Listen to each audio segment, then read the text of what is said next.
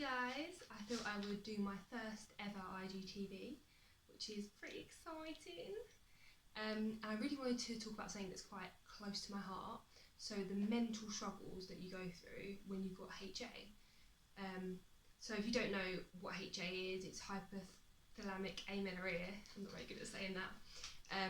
But basically it comes with a lot of mental struggles, as usually you get that from having too much stress in your life, or you're exercising too much, or you're under fueling. So it can be a combination of any of those or all of them, and it means that you lose your period because it's just too much. Your body doesn't feel safe. So in order to get your period back, usually you have to eat quite a lot more and stop exercise really, down to maybe light things like yoga and walking. So for like a gym rat like I was, going like 4 times a week, absolutely loving gym, it really puts a mental struggle on you really. And it's something that you love and you enjoy, and that gets taken away from you. So I've written down a few little things, so let's go through the list and see if hopefully it helps people, whoever is struggling with HA right now. Hopefully you can get something out of this, and it also helps people that aren't struggling with HA kind of realise what people might be going through, if your friend's going through it or anything like that. So I've got some tips as well, but if you see me looking down, it's because I've written some stuff down because my memory is super bad. So the first one is you are missing the gym and your friends. So I've got a load of gym friends, and it's like more of a socialising place, going to the gym. I also work out, but it's also a great place to just go for me to chat to friends. So I am missing the gym going through HA, and that can be such a mental aspect because it kind of becomes your identity. You think that you going to the gym is your identity. Like, what else is there? Like, you're known as the fit chick, the person who likes going to the gym, you're toned, or anything along those lines. Obviously, this is very broad, and this is me being a bit precise. That kind of goes against each other, doesn't it? But I mean, this is me being pretty precise on the identity here. But let's just say that you love the gym. That's a massive part that potentially gets taken away from you temporarily while you're trying to recover your period, because it's just too much stress. Another thing is because you're increasing your calories, usually they say a ballpark figure of 2,500 and more every single day.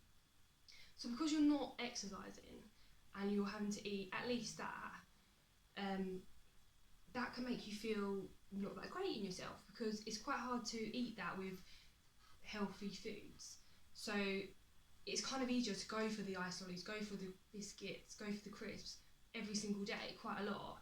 And I know for me, kind of being interested in nutrition and watching what I eat, which probably got me into that position in the first place, that kind of, it doesn't feel great. It kind of feels unhealthy, and it feels kind of like you're eating loads of junk food, which again, if you've got that mentality of being healthy is why you got there in the first place, that's quite a struggle, to be honest. Also, a major thing is seeing your clothes not fit. So for me, none of my jeans fit. I've gone up a dress size, and potentially will maybe be more. But yeah, it's like putting on your jeans and they're just really tight or don't fit at all. You're like, oh my god, this is quite a big deal. I'm someone that kind of never fluctuated. I say that, but when I was like 18, I was a lot heavier. But for the last quite a lot of years, I've never really fluctuated.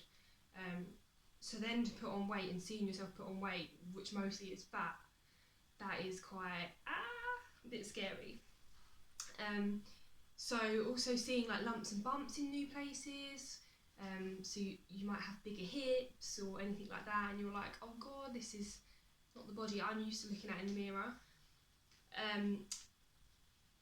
I've said about eating not healthy food, seeing friends go to the gym, or having like fun days out doing like a bike ride. So my boyfriend and friends like to go bike riding, and I do enjoy it as well, when it's not too fast, because my boyfriend goes ridiculous and takes me on these stupid trails that are just mental. But and I always fall off my bike all the time. But when you have to kind of pull back from those and just be like, oh, I can't do that, for me it makes me feel really sad that I can't join in and I can't do what I like. So that's a mental aspect really, because it would be probably too much stress. So some things you could do, but say bike riding, it can probably be quite a bit stressful for your body, and right now it probably doesn't need that in its life. Also having to feeling fine. I don't even know what I've written here. Feeling fine. Oh, okay. So basically, you get to a stage where you look at yourself, and in your head you might be like, I look fine. I'm normal weight. I'm average, like normal BMI, and yet I haven't got my period. And I've got HA, so I'm potentially needing to put on more weight. Or obviously there's stress factors. So that's a mental aspect there, because you're thinking, I'm fine, like I'm not stressed and I look normal, so what's going on? Also, another kind of thing is seeing the scales go up when society tells you really that it's kind of a bad thing when your scales go up. You shouldn't be putting on weight, so that can hit you hard too. But here's my little tips. So first one is delete social media accounts that don't benefit you and make you feel good. So me, like in the gym, I had lots of fitness apps. Lots of fitness people that I was following. And that kind of made me miss the gym more, and also feel kind of a bit suckish about my body, because obviously they look amazing in my eyes. So I had to delete a lot of accounts that weren't favourable for me. Also, buy more clothes. So that was kind of hard for me during like the lockdown period, because you have to order things online pretty much. But ordering things that are a bit bigger is kind of daunting, but you feel better because then you're wearing clothes that actually fit, and you're not wearing those tight jeans that really hurt and you're trying to suck yourself in. And also kind of flattering clothes. Like, I've kind of been picking more flowier things, if that makes sense. So not tight. Like I'd always go for tight tops, tight dresses. But right now in my life, I don't feel like I want to do that. So yeah, just go for more flattering things. So when I'm wearing a baggier dress, I'm like, oh, this actually is fine. I'm gonna probably do this, go to the gym and just socialise, because like I said, I've got so many friends at the gym and they're really lovely. So I feel like I'm just gonna go to the gym and they know I'm not gonna train, but just chat and have a little chat and kind of make yourself feel a bit better there. You're not missing out. Also remind yourself that it's only temporary. So it is quite hard, but you just got to keep saying, this is not going to be forever. I'm not going to have to like not ever go to the gym or always eat what you feel like is a ridiculous amount of calories or anything like that. This is a temporary fix for your body that feels stressed out and doesn't feel safe right now. It's not having a period, it doesn't feel safe. So yeah, just totally remind yourself about that. Speaking to others that are in the same boat as you, that's been really helpful for me. Just finding people, connecting on Instagram, people that are in the same boat or have been in the same boat. It's really great to just talk to others and get that connection.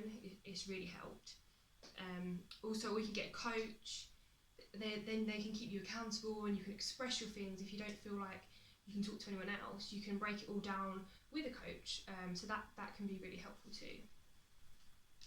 Another thing is affirmations.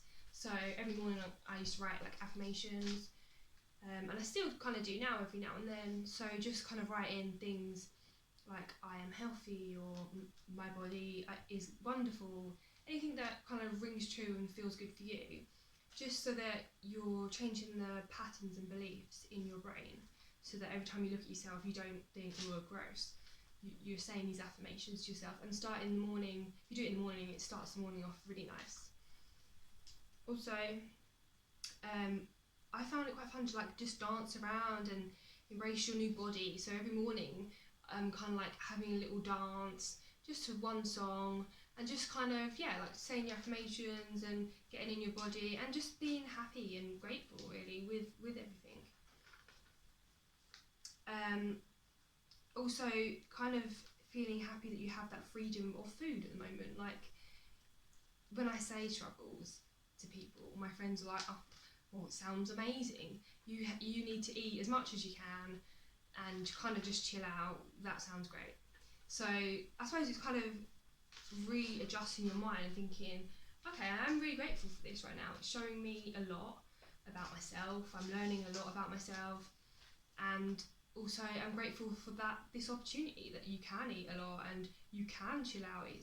It's a ticket for you to rest. So you're not going to get that much times in your life. So yeah, that you need to slow down, and that's a good thing.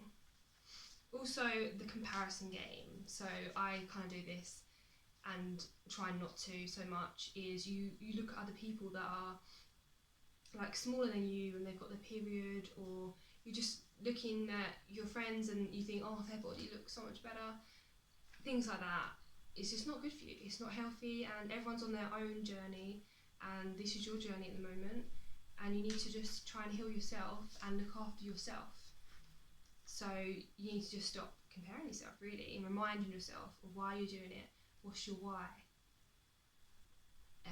And the main thing is for your health, or maybe fertility. So just keep reminding yourself. So I hope my little tips and also just sharing the mental struggles are helpful. Ooh. Ghost. So yeah, that was my first IGTV. I hope you liked it. Thanks.